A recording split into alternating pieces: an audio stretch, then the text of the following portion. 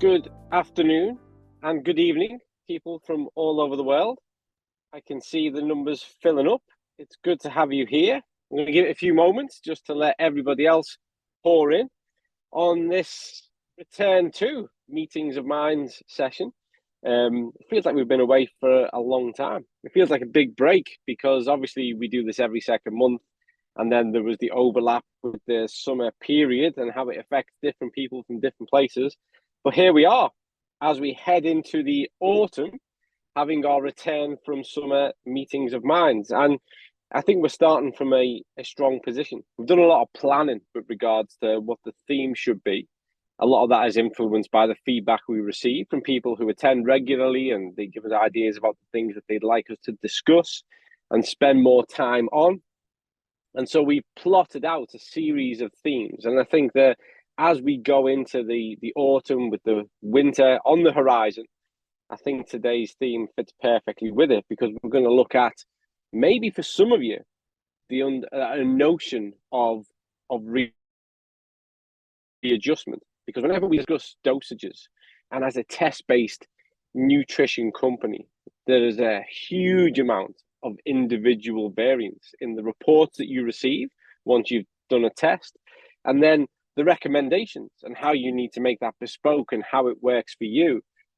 And for those of you who are friends of ours who've been here repeatedly, you will know that we've surpassed the 1 million test mark. So we are assuredly of big data. And so imagine that for a moment, if you will, from our point of view, when we're trying to address the individual needs of upwards of 1 million people who've undergone a test.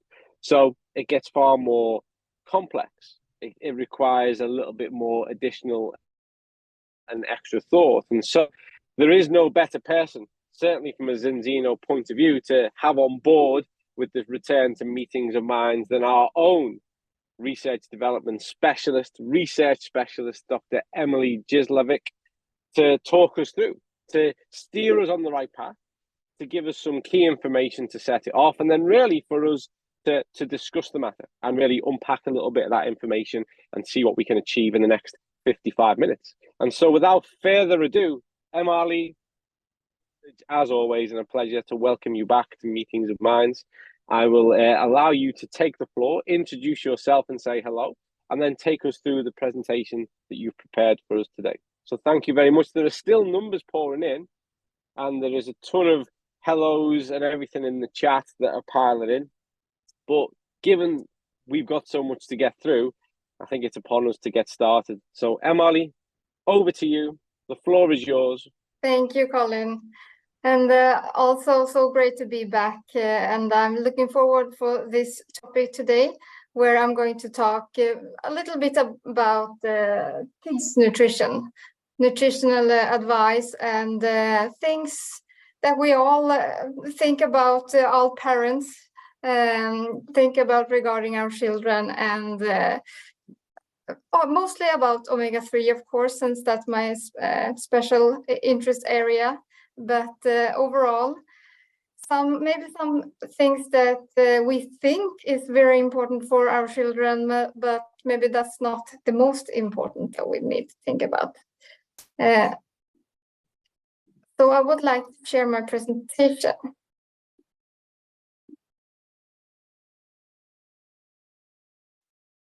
So if I can also find this one.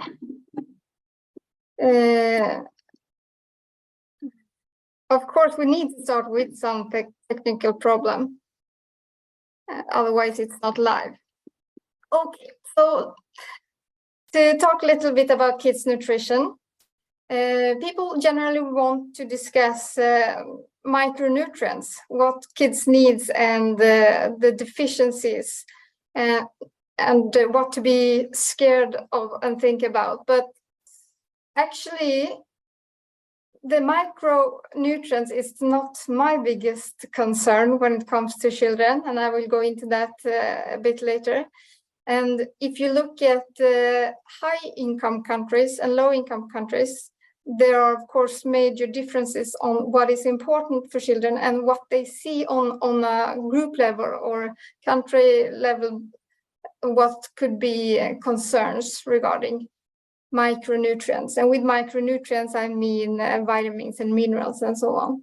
And for those micronutrients, actually the most common deficiencies or insufficiencies rather is these vitamin D, iron, omega-3 and calcium. And these are different, the major inequalities or deficiencies in high income countries. Of course, in some countries we see that children eat less of some and have vitamin B deficiencies or insufficiencies. Or in other countries, you will see other types of, for example, vitamin K or vitamin A. But generally around the world, these are the common vitamins that you might need to look into and guard extra.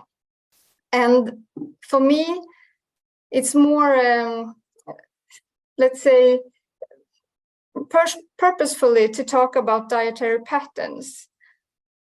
Because here I have a lot of things to discuss regarding children's nutrition and diet. Because when it comes to dietary patterns, it's actually very similar to adults when it comes to what could be changed or improved. Because we do see in dietary consumption data that children have high sodium intake. And especially we have seen more and more of high free sugar and sugary foods. We see low fiber, low fruits and vegetables, and low fish and seafood. So these are the areas that needs to be addressed and discussed, and it is the adults and the parents that has a responsibility to look into these areas. And for me, fish and seafood is one of my main interests for a reason, and that is because if you have you eat low fruits, you have so many fruits and vegetables to choose from, and other nutrients you will find in a wide range of foods. But if you choose not to eat fish, you will lose or not get some of the most important nutrients. You will see a problem reaching the levels of vitamin D. We also have iodine in fish, and of course protein. But protein you can get from other food sources, and omega-3s are specific. The long ones are specific for fish. And that is why I want to look at the consumption and the relevance of this topic, of the nutrients that you will find from fish. And we know that fish rich in omega-3 offers very many health benefits. And we see in more and more research paper growing every day that omega-3s in blood help lower the risk of several medical conditions. That is why it is surprising or concerning that less than 20% of the world's population eats as much as 250 milligrams a day of seafood omega-3. And the absolute lowest target for EPA and DHA intake is 250. And this means that more than 80% of the world is failing to meet even the lowest recommended intake. And with the world, of course, mean the countries that have that we have data for, consumption data. But specifically for children, we do see similar numbers, and even worse in some cases.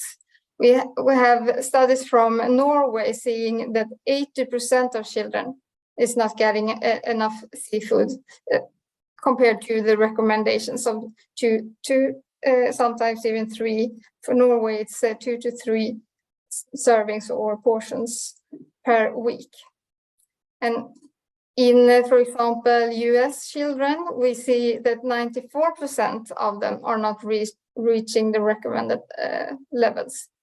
And another example is UK children, with even worse, 95% are not reaching these recommendations. And even worse when it comes to both meat, fish, and oily fish recommendations. And this will impact the children if they're not reaching even the lowest recommended intake.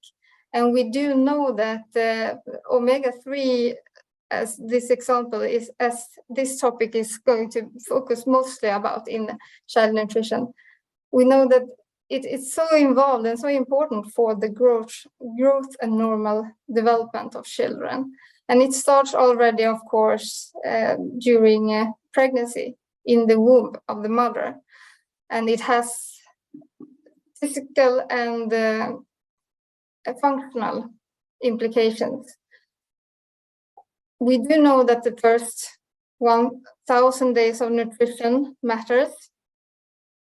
And if we look at those numbers, or what type of nutrition matters during the pregnancy part, we see that omega-3 are involved in those stages. And since especially DHA, which is one of these fish omega-3 fats, are very much involved in being a building block for the brain of the child's growing brain.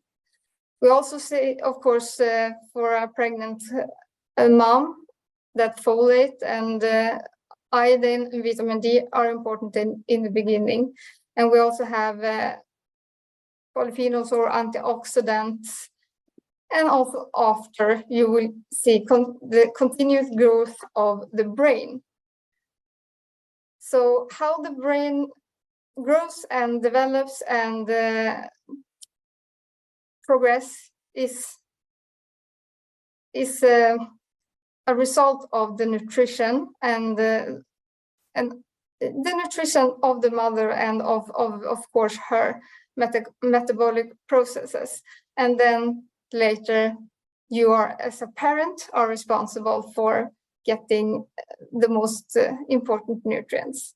And I know I sound a little bit hard now, but it is us adults that needs to plan and inform and talk about these things. Because also, as I said, first, this picture is interesting for me, so I like to show it. It's not from a human, but this shows what I just said, that the importance of omega-3 when a baby is growing. Here you see the neurons of a tadpole, and this is one that have gotten enough DHA in the diet in the womb of the mother. And then in the next picture you will see the neurons developing from one that are deficient. So this is just an example that the amount of these essential fatty acids will affect how the function and the structure and the function of the brain.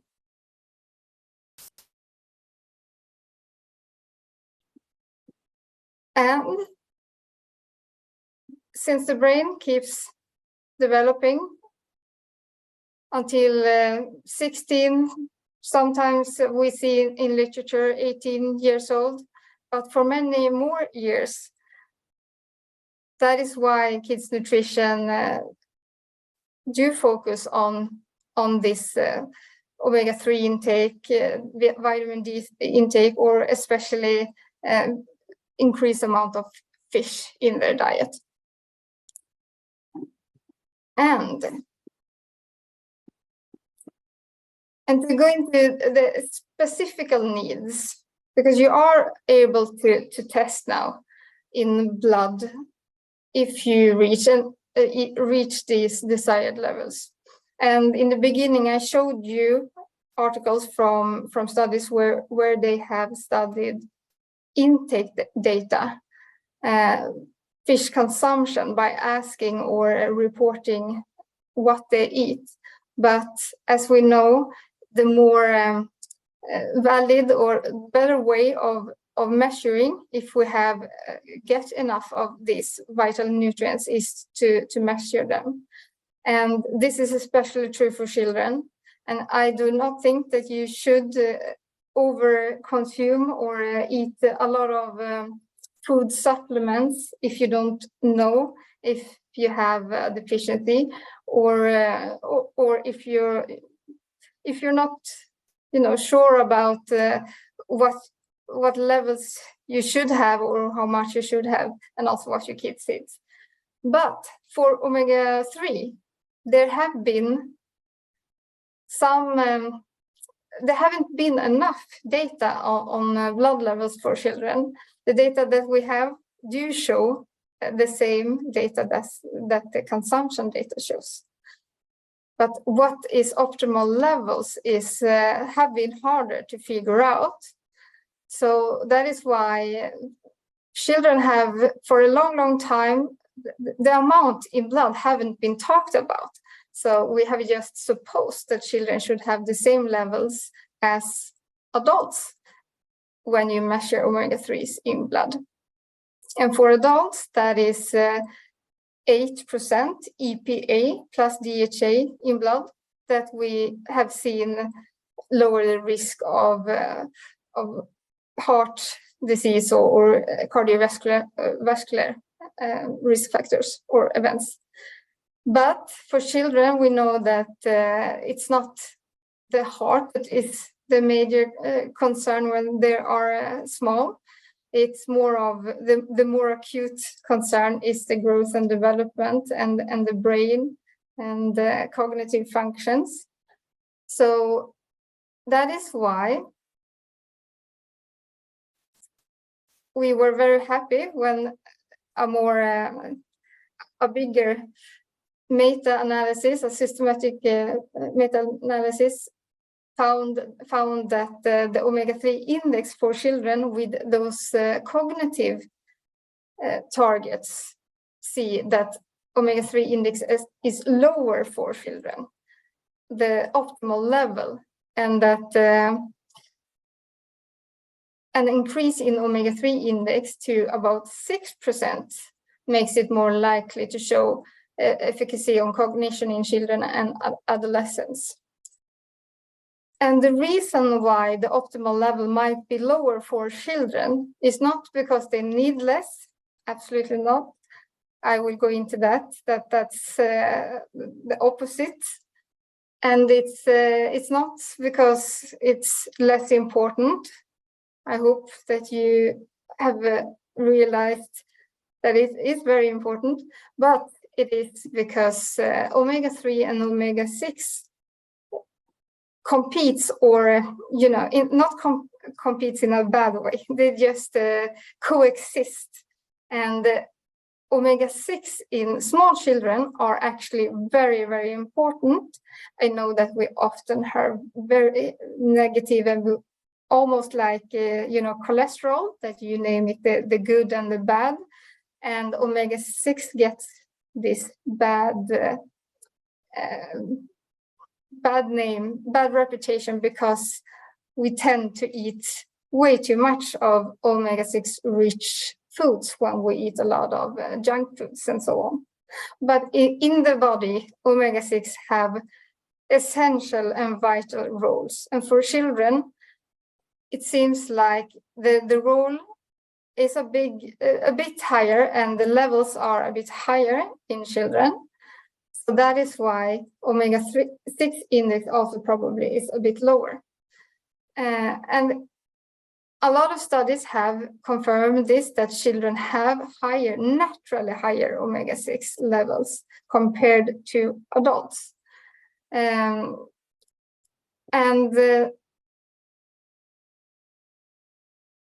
all of this information can be found, and I would like you to go in and read on the website of the balance test, where actually is the first, to my knowledge today, that have gone into the science and research and tailored the target values for children. And if we look at this web page, I will continue also to explain these differences between children and adults. And you go into the balance test and information, you will find here that you can go and read about children and how to test, and also the guidelines and measurements.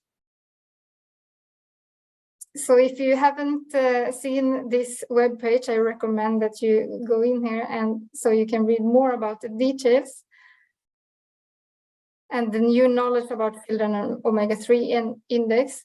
And here you see an example of the total omega-6 levels in children.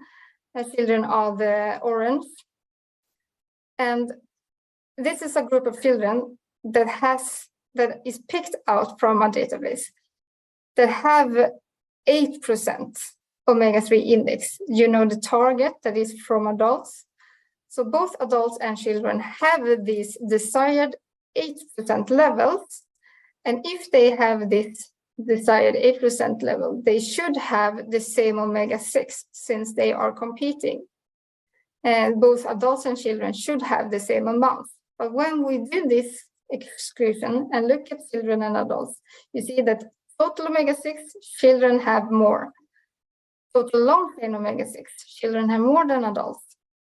Arachidonic acid, here you see the biggest difference, that they have more arachidonic acid, which is another brain fatty acid. And since they are growing and developing, arachidonic acid is more important for children than for adults. Here you can see the difference between different biomarkers or health markers regarding fatty acids. Omega-3 value, we have the arachidonic value and other of these health biomarkers that are out there that you can measure with your fatty acid profile and how it differs from adults. And the last thing that I would like to just discuss or tell you before we start our discussion, Colin, is that one important aspect is about perception in children. Because while we are working towards more healthy food habits for our children, we do know that it's not always easy in this world of more and more snacks and sweet things, which children also have a preference for, an inborn preference for. And that is because we want them to want to have the mother's breast milks when they are born.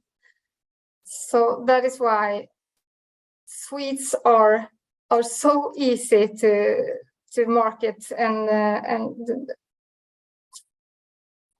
and also to children to want to have. And they, of course, then also dislikes and rejects bitter taste, which you will find in greens and vegetables, for example.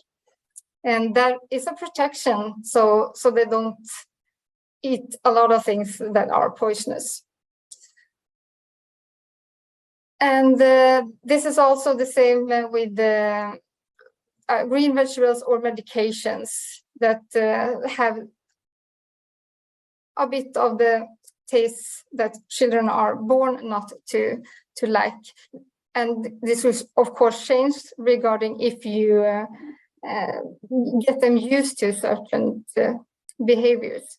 Because children is going to keep wanting to have sweet things if we give them. And they want to keep not liking bitter tastes or think that they haven't tried yet if we're not giving it to them.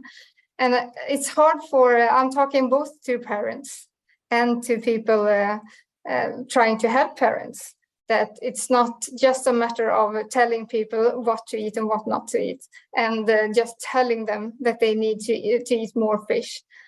Because you and me, Colin, we know that it's about knowledge. It's about if you have access to it, if you know how to cook it, and so much more. And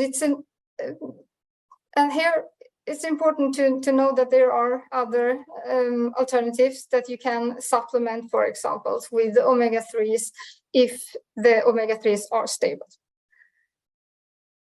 And that you think about this notion of the sugary is easy to sell. But do you have to have it in everything? Do you have to have it in food supplements, for example? Or is it more, maybe that doesn't matter. Maybe it's more important that they get the nutrients from the food supplement if they're not getting it from food. So it's difficult questions, and I thought that you and me, Colin, could discuss these topics. Well, as you're aware, I have some strong opinions on this, because I think that you can be really puritanical. And I think that the reality is that you have to choose your battles, and you have to consider what matters most. And to me, what matters most is getting the nutrition in. And what we're working against, particularly with regards to taste buds, palatability, is a whole world of food behavior that has really, for want of a better word, groomed people to a certain type of sweetness orientation. And then we get this a lot. You know, people will be quite challenging and confrontational, and they want to take a really pure, refined approach. And to me, it's a noble comment, which is to say, yes, we shouldn't do that. You know, it should all be as natural as possible and none of these things. But we start to fight a losing battle with the majority of people. And so for me, the key bit is that we address the nutritional need, and that the longer term is to address behaviors and food orientation. One of the great things about taste buds is that we can educate them. But first of all, lead by example. And I think you've alluded to this in your presentation, and thank you for your presentation. There's a lot of really rich information that you've just shared. And I do encourage people, this happens a lot, go and have a look at the web pages. The work that MRLE and the team have done to put that content there and make it available is exceptional. But what we have to consider in all reality is this notion of a longer term, more gradual approach towards modifying food behavior change. Because when we try and fix everything at once, typically people fail, and then they disengage from the process. And also, is that a message we want to give people? Do we want to be behind a mission statement that says you should never eat anything sweet in your life again? I think that's ludicrous. And we have to be careful not to have these extreme polarizing opinions. Children are complex. And I'm just going to add my narrative to yours, Marley. Children are complex because sometimes the parent is guilty of saying, do what I say, but not what I do. And really, the way to foster a real culture of food change is to be an ambassador for what it is you want the children to do. So make those choices yourself, lead by example. And a good thing to do is show that it can be a challenge. I think sometimes where parents miss the mark is that they almost say to children, no, you should be able to do this. Look at me, I'm doing it. Where actually you're far more relatable to the child when you go, yes, it is, but we do this because it's so good for us. And we make these better choices because it's a better investment in our health. And then you share the road. You take that journey together. And it's complex. It really is. And it's challenging. And it's constantly up and down. And it's changing with the nature of other influences, their friends at school, what's available to them at school, what's available to them when they go and socialize. And then we go right back to this notion of when is enough enough. And so before I add any more of my thoughts to it, I thought what would be good, Emily, is because some really good questions came through whilst you were speaking. Why don't we pick those questions up now? And then we can perhaps move on to discuss some of those. Because the first one was interesting, because we often use a language amongst ourselves that we're comfortable with. And I think sometimes people aren't quite there with us. And the first question was, what do you mean, Emily, when you say meat fish versus oily fish? So what do you mean by that turn of phrase? Yes, good question. And first, I want to just add to your comment there that it's a good point that, and that's what I want everyone to know, that it's not easy, and it's not that you should say no to everything. The thing is that if you give children a lot of empty calories, and sugar is, it's very good, and it's good for your mouth, as I say to my children, but not for your stomach. It makes you happy, but it should not affect the amounts of nutrients, take the place of the nutrients that the children actually need, because they need more nutrients in a smaller stomach. So more nutrient dense food. And as soon as you put in empty calories every day and too much, then that will compete with the space for the actual nutrients. And when I talk about the fish, all fish is good fish, since it has protein and iodine and a lot of vitamins and minerals. So all fish are good, but some fish species have more fat in it. And the fat from fish contains these long-chained omega-3 fatty acids that we have animals that some are more lean meat and some are more fatty animal meat, but their fat does not contain these long marine omega-3 fatty acids. So it's the fatty fish that we find these. That's and meat fish, just to add to that, has its place because it can contribute really meaningfully to your protein intake. But we always put the preference on the oily fish because that's the one that's associated with the deficiency, and you can win-win because you can get some protein and you're going to get those essential fatty acids. So that's why it's a preference.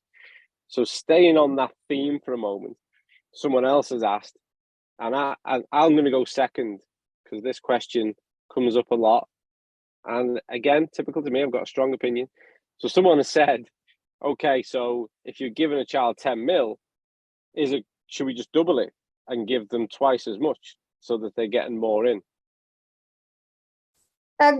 Good that you reminded me of the dosage questions for children, and this requires us to think a little bit, because children needs more than adults. They have a higher metabolic rate, but not more in volume. So if you take 12, they don't need 14. It's according to their size. So we have for adults, we recommend from the balance oil is 0.15 milliliters per kilo body weight.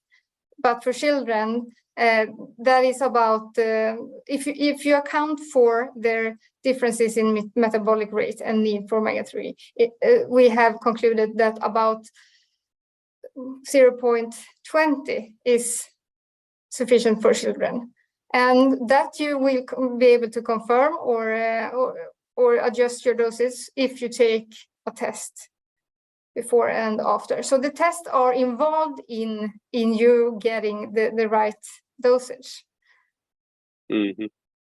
And so my two comments on that is more is not always better. I think too often people have this idea of, wow, well, if 10 mil is great, 20 mil must be amazing. More is not always better. You can have too much of a good thing. So work to the dose recommendations. And the key one, we are a test-based nutrition company because we believe so much. And my whole background and MRLee's whole background is science-based, and science is all about measurement. Science is a method of measurement. It's how we evaluate and we quantify things around us. And so through our test-based nutrition approach, we are empowering you to be at-home scientists.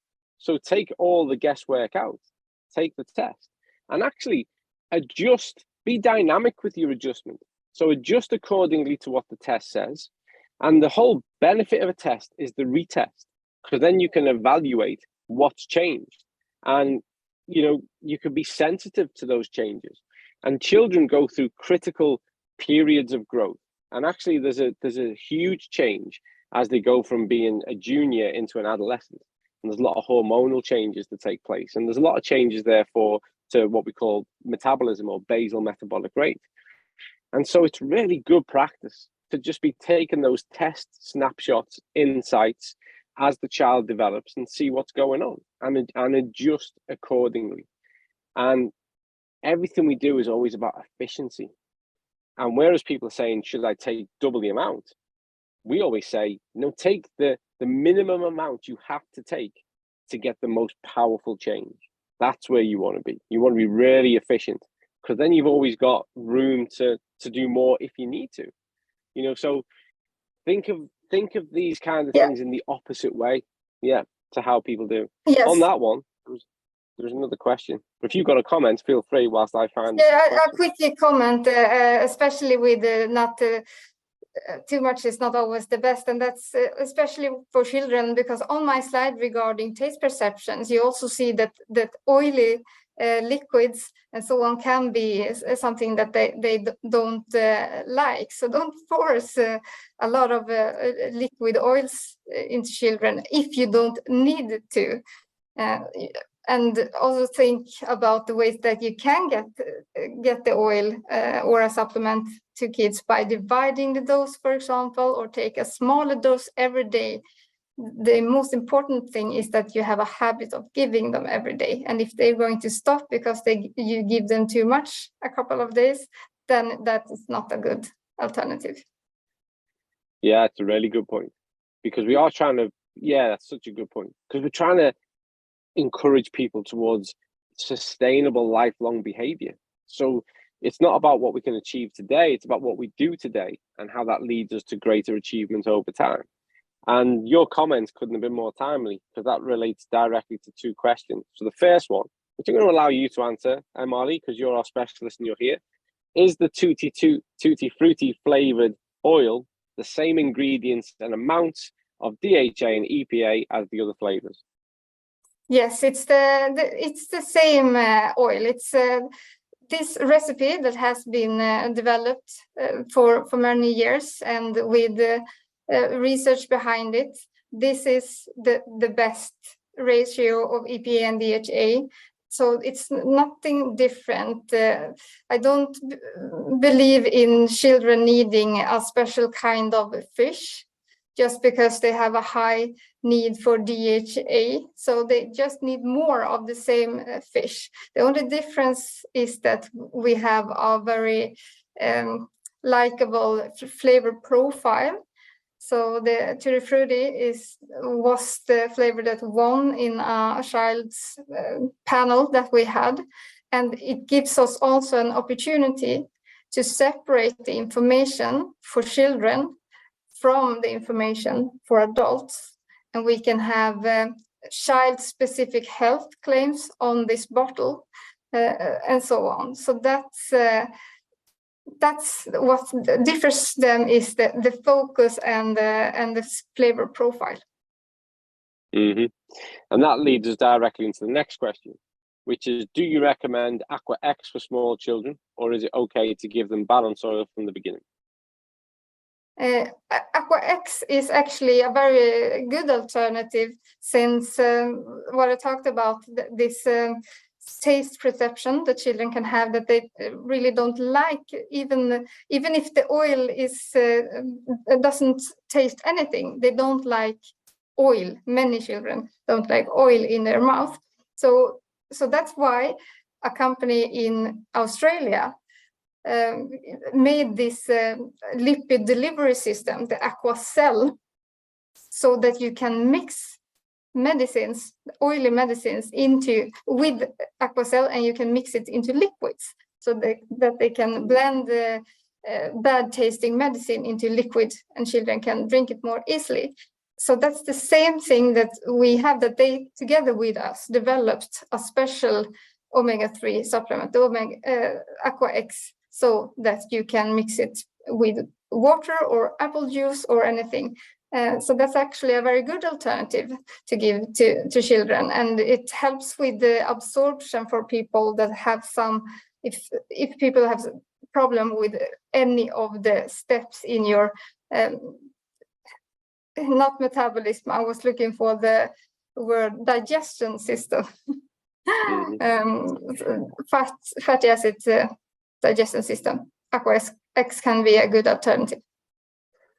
Otherwise, I'm wondering, sorry, I just need to add that when the person asks small children, I'm just concerned on how small they're wondering, because we're not recommending anything for children that needs to get their omega-3 from the breast milk.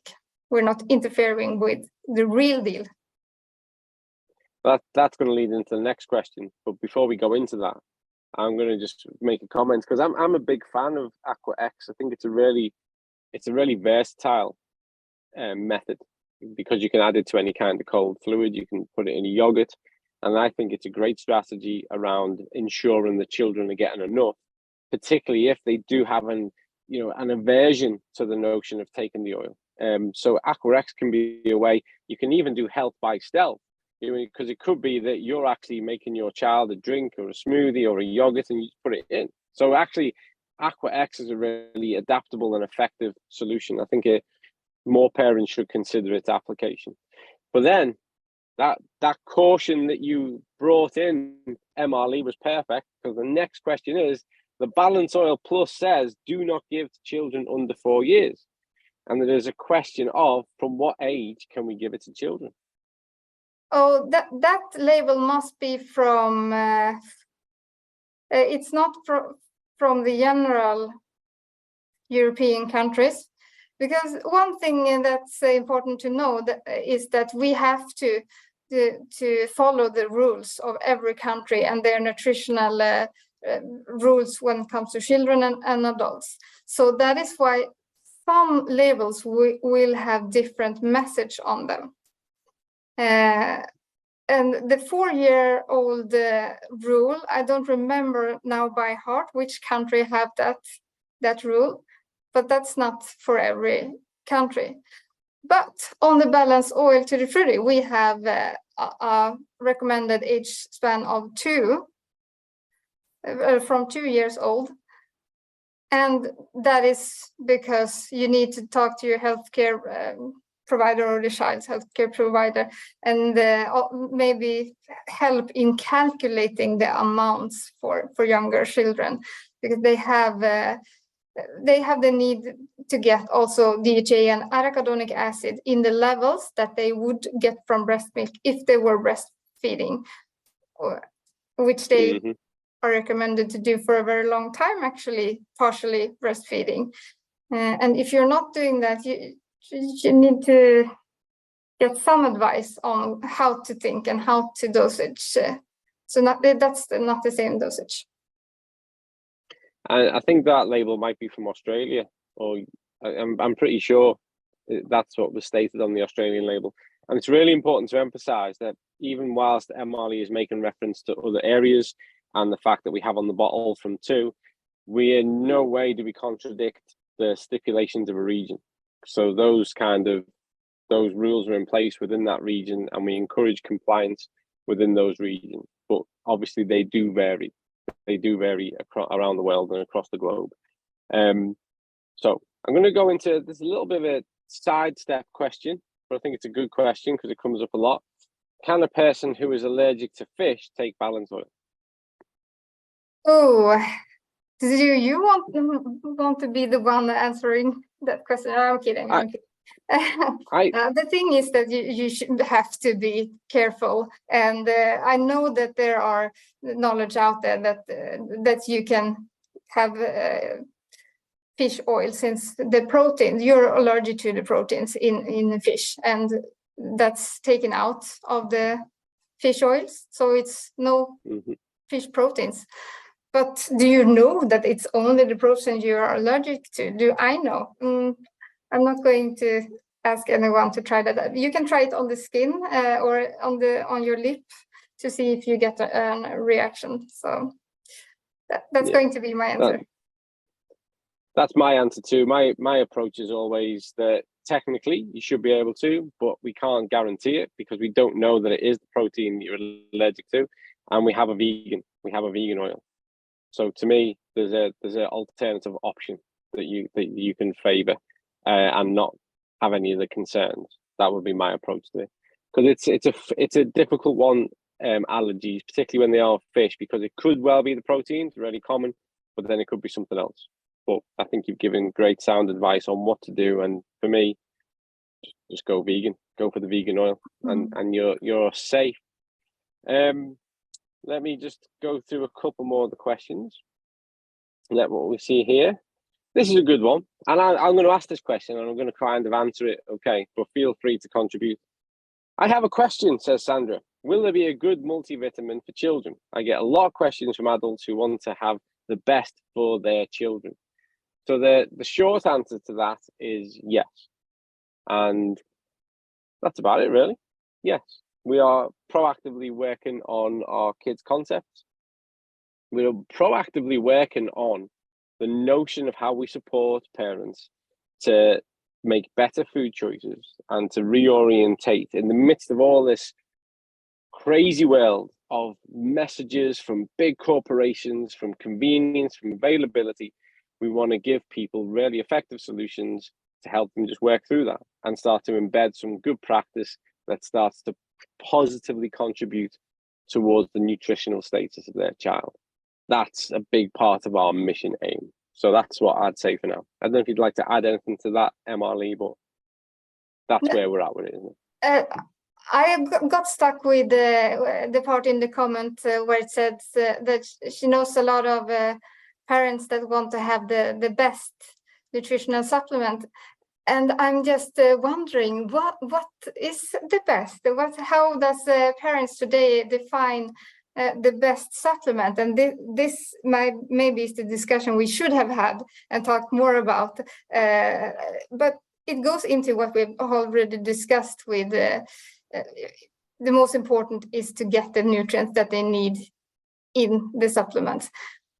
And so on. But one interesting aspect that I wanted to add is that, you know, the numbers on supplements where you see the percentage of the in Sweden we say recommended daily, not intake, it's reference intervals. Yeah, reference value. Yeah.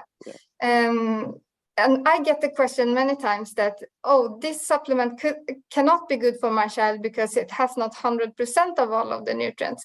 So that's when I want just to inform that this is not the same as what they need, these percentages. Maybe you can explain it in better words, but this is like a comparison number between different supplements, regardless of who's the target group. So for children, you should most often not have 100% on those numbers that you find on a food supplement, because that's a 100% for an adult.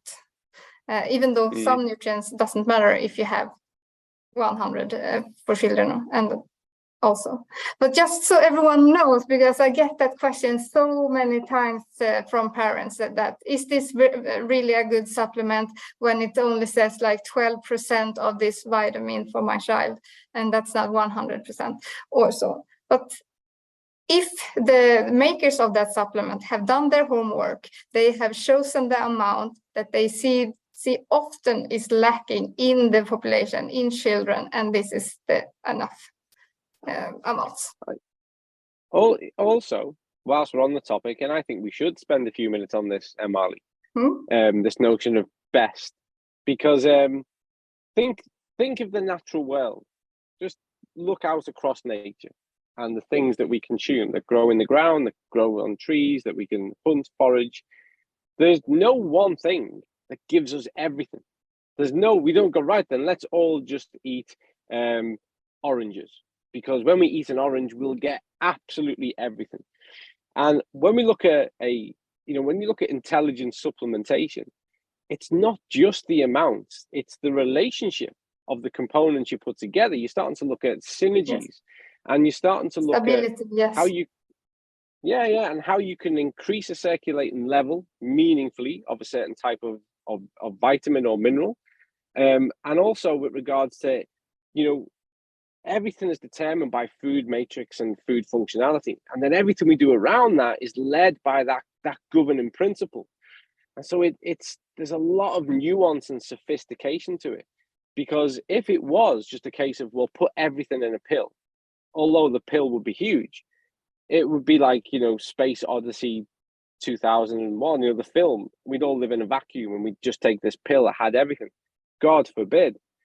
So when we come to supplementation, and when we come to addressing nutritional needs, actually it's all about putting these parts together.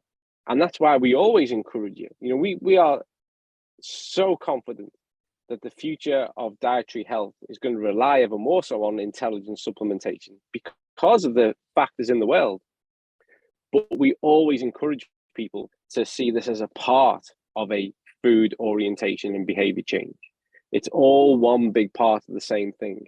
And so those figures can be really misleading. They can be so misleading. And sometimes, and I'm not going to criticize anyone else because that's not what we're about, but some of the cheaper, less well thought out products that are available, they will put on the box everywhere, 3000% of what you need of this. And that's great. But the body system doesn't work that crudely. And if that's all it's got, it'll grab a little bit and the rest of it goes to waste. Far more nuanced, far more clever. And this notion of best, there is no one best thing. But what there is a best of is a sustainable strategy that works towards improvement and not perfection. And where you're really trying to lay the ground for your child and for yourself to think more positively about food, to make better choices, to use your supplements consistently and strategically to foster better health and advance your health position. That's what it's all about. Because if it was all achievable in one thing, we'd do it, but it'd be quite a boring world, wouldn't it?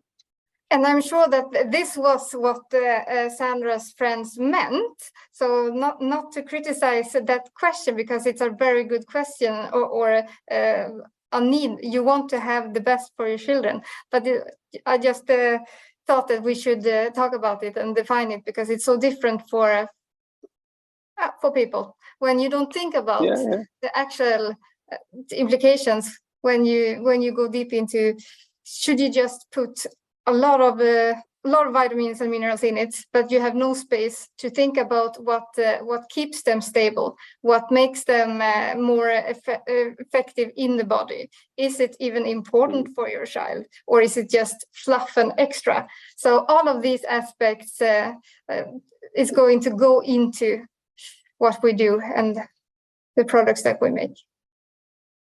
And they're all key points. And another thing I want to assure people of is that when we think of this, we're not considering a one-hit wonder product. We're thinking about how you can really change over time, and how this could be part of a solution for now that will lead you towards a different type of solution in the future. And for instance, the Tutti Frutti balance oil is a good example, because sometimes people have said, well, why did we have a Tutti Frutti one for children? Why didn't we just have an all-natural one? Well, we already do. That exists. That existed for years before Tutti Frutti came along. The Tutti Frutti was a part of a strategy for those children who really don't like those tastes. Their taste orientation is more towards those kind of flavors. Brilliant. Let's get in there. Add that good nutrition, develop the consistency around the behavior and the habit, and then further down the line, we can graduate that towards a different type of balance oil. It's always Because taking every that time long-term approach. Yes, because every time you take that tutti frutti flavor, you will not find a tutti frutti fish dish.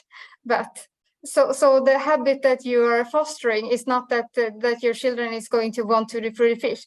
It's about that you will discuss what you take every day. You are going to talk about nutrition. You are going to say that we take this because we want to keep us healthy. It's going to be a notion for children and an awareness that you will build into them to understand the importance. And they are going to be so proud when they start to eat more fish and tell the parents that, look, I've finished my dish food. Aren't you happy now? And so supplements can be helpful, not only, of course, for the child's development, if you're not getting the actual food in your child, but also for parents as a support and a way forward to those good habits, just as you said, Colin.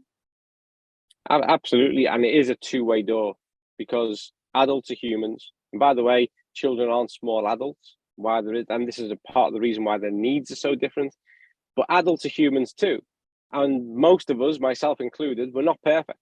And we kind of sometimes we just want to have something because, like Emily says, it's good for the mouth. We just like the taste of it. And the more grounded we can keep our children, the more we can make them appreciate the value of good nutrition and therefore good health, and that we don't invoke food fear, that we really instill long-term, really positive behaviors and a resilience of spirit and attitude that can be applied to food. When we get that, we've got such a well-rounded, healthy child who's going to flourish in life with a really good attitude of accountability and ownership over a situation. They can be pragmatic about it. And so that's what these all are. They're just parts of achieving that, and more importantly, maintaining that, because the challenges I would envision will get more so over the years. But we are on a minute to the hour. And I know that there are even more questions in there. We tried to work through some, and we tried to discuss the key elements of what there was. Thank you, Emily. This has been such a thought-provoking and relevant and vibrant and vital conversation to kickstart meetings of minds again. I've enjoyed every single moment of it. Thank you, as always, for preparing so much information and delivering it so easy for us to understand. To all of you for taking time out on your Thursday, late September, thank you for being here. We will see you again in November, because it's every other month now. Until then, stay well, be well, do well, look after each other, keep changing the world. And the first impact of knowledge is with yourself. So all of these things we do, let's first of all be an ambassador for the change that we want to invoke in other people. Really nurture our children through life by giving them the best and having conversations, raising understanding and awareness, and then share that with the people in your networks and your community. And I am 100% convinced that when we do that, we're going to win. We're going to change health on a global scale. And that's what the mission is all about. So thank you, Emily. Incredible. Thank you so much. Thanks to all of you. Stay well, and we'll see you in November.